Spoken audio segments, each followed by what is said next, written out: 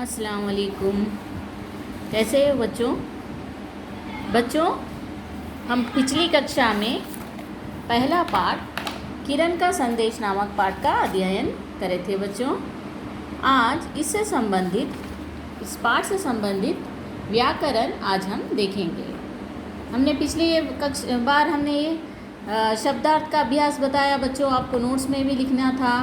उसके बाद आज जो है हम पाठ से आगे यानी इसके अतिरिक्त व्याकरण देखिए, सही विकल्प चुनिए यानी चूज़ द करेक्ट ऑप्शन यानी चूज़ द करेक्ट आंसर। इस पाठ से संबंधित देखना है बच्चों। हमें अपनी अपनी पुस्तकें निकालिए और पेंसिल लीजिए और टिक करिए। कमरे में सूरज की किरण कब आती है? कब आती है? नित्य या कभी कभी या कभी नहीं या रात को? कब आती है बच्चों? सूरज कब निकलता है? सुबह निकलता है। और कब आती है? यानी कमरे में रोज़ आती है उसके कविता में। ठीक है। दूसरे, बच्चों के मन में कभी कभी कैसा भाव उभरता है? कैसा भाव उभरता है? बच्चे कभी खुश होते हैं, उदास होते हैं, इस तरह का भाव होता है ना। उदासी का, खुशी का, हट का, शर्मीलेपन का। तो हमें क्या टिक करना है? उदासी का। उदासी का। देखिए, भारत माता किसके समान है? भारत माता बच्चों के समान है या किरण के या सूरज के या चंद्रमा के? तो भारत माता सूरज के समान है और किरणें जो है हम बच्चों की तरह, है ना। ये है 3 बहुविकल्प यानी सही विकल्प चुनिए के हैं बच्चों। नित पहला, दूसरा उदासी का और तीसरा सूरज के। अच्छे से देखिए और टिक करिए बच्चों। उसके बाद दूसरा बिट, चित्र से संबंधित कविता की पंक्तियाँ लिखिए। यानी यहाँ पर एक चित्र है बच्चों। यहाँ पर ये चित्र में देखिए बच्चा किस तरह से बैठा है, बालक उदास बैठा है। तो हमने कविता जो पढ़ी है, ये कविता में जो है 3 पद्यांश है, 1, 2, 3। तो इससे बच्चे से उदासी से संबंधित कौन सा पद्यांश है? तो बच्चे होते हैं उदास पर वो हरदम मुस्काती है, चुपके से आंखें चमका कर कानों में कह जाती है। ये है 4 लाइन पंक्तियाँ। तो हमें यहाँ पर वो 4 पंक्तियाँ लिखना है बच्चों। यहाँ देखिए और आप लोग पेंसिल से लिखिए। ठीक है। मैंने पेन से लिखा है क्योंकि आपको नहीं दिखाई देगा, इसलिए मैंने पेन से लिखा है। तो आपको पेंसिल से लिखना है। ठीक है। वो 4 लाइन। उसके बाद यहाँ पर एक भारत माता का चित्र यानी हमारे देश के का चित्र दिखाया जा रहा है और इससे संबंधित 4 पंक्तियाँ हमें लिखना है। तो यहाँ पर देखिए लास्ट 1, प्यारे बच्चों मुझसा ही है चमकदार तेरा जीवन, भारत माता सूरज सी है तू है उसकी ये किरण। ये 4 पंक्तियाँ जो हैं यहाँ पर आना है बच्चों। ठीक है। ये इस तरह से आपको ये चित्र से संबंधित 4 पंक्तियाँ आपको लिखना है कविता के ढूंढकर। ये प्रश्नोत्तर हम फिर अगली कक्षा में देखेंगे बच्चों। आज हम सिर्फ व्याकरण देखेंगे। सही विकल्प चुनिए हो गया है और चित्र से संबंधित 4 पद्यांश खत्म हो चुके हैं। अब यहाँ पर देखिए भाषा से यानी बच्चों व्याकरण। व्याकरण मतलब यहाँ पर सूरज उतारा गया है। सूरज उतार कर क्या किया जा रहा है? ये सूरज है बच्चों। सूरज को हम कौन कौन से नामों से जानते हैं? आप जानते हैं बच्चों, सूरज को हम कई सारे नामों से जाना जाता है। सूरज को सूर्य कहा जाता है ना। सूर्य कहते हैं। और क्या कहते हैं? रवि कहते हैं बच्चों, है ना। रवि भी कहते हैं। और भानु। ठीक है। सूरज है ना। रवि यानी ये सब सूर्य के नाम हैं बच्चों। ठीक है। दिवाकर, देखिए सूरज के नाम दिवाकर, रवि, भानु, है ना।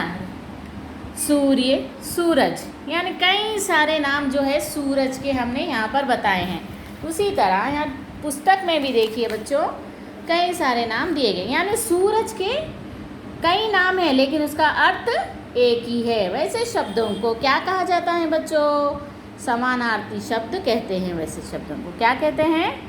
समान अर्थ प्रकट करने वाले शब्द समानार्थी शब्द है। ये कौन से शब्द है? समानार्थी कहते हैं उसे, या हम पर्यायवाची भी कह सकते हैं। ठीक है, यानी सूर्य के कई नाम हैं लेकिन अर्थ एक ही है। कौन कौन से नाम हैं?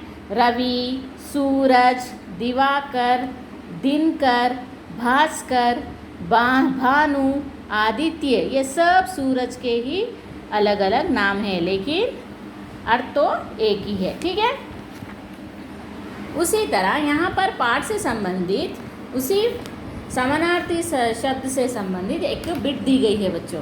देखिए, इस शब्दों के समानार्थी शब्द चुनकर लिखिए। यहाँ पर एक हेल्पिंग बॉक्स दिया गया है, इसमें से ढूंढकर आपको यहाँ पर 2-2 डैश भरना है। चंद्रमा, चंद्रमा को और क्या कहते हैं? यहाँ पर देखिए, वृक्ष, सरिता, शशि, खग, तटिनी, विहग, मयंक, तरु। तो क्या कहते हैं बच्चों? चंद्रमा को शशि कहते हैं। क्या कहते हैं? शशि। यहाँ पर लिखना है आपको शशि। और कौन सा और एक नाम क्या है चंद्रमा का? मयंक है। क्या है? मयंक। तो हमें यहाँ पर मयंक बोलकर लिखना है। दूसरा, पेड़, पेड़ का दूसरा नाम क्या है? समानार्थी शब्द क्या है? इसमें ढूंढना है। वृक्ष को और क्या क्या आप कभी सुना होगा ना अलग अलग शब्दों में, तो यहाँ देखिए वृक्ष, वृक्ष सुना है आपने? हाँ, वृक्ष और तरु, वृक्ष और तरु, वृक्ष और तरु है पेड़ के 2 समानार्थी शब्द। नदी का दूसरा नाम क्या है? सरिता। देखिए सरिता कहाँ है? ऊपर है सरिता। और तटिनी कहते हैं नदी को, सरिता और तटिनी। हमें यहाँ पर लिखना है सरिता और तटिनी, ये समानार्थी शब्द है बच्चों, नदी के दूसरे नाम। और तीसरा, पक्षी, पक्षी को और क्या कहते हैं? खग, विहग। इसमें से ढूंढ कर लिखना है खग, विहग, विहग है और यहाँ पर खग है। तो ये हमें यहाँ पर हेल्पिंग बॉक्स के ज़रिए यहाँ पर हमें समानार्थी शब्द चुनकर लिख देना है। उसके बाद हिंदी अंग्रेज़ी में लिखिए, यानी हिंदी के शब्द है तो अंग्रेज़ी में लिखना है, अंग्रेज़ी के शब्द है तो हिंदी में लिखना है। आया समझ में? तो हिंदी में किरण को क्या कहते हैं इंग्लिश में?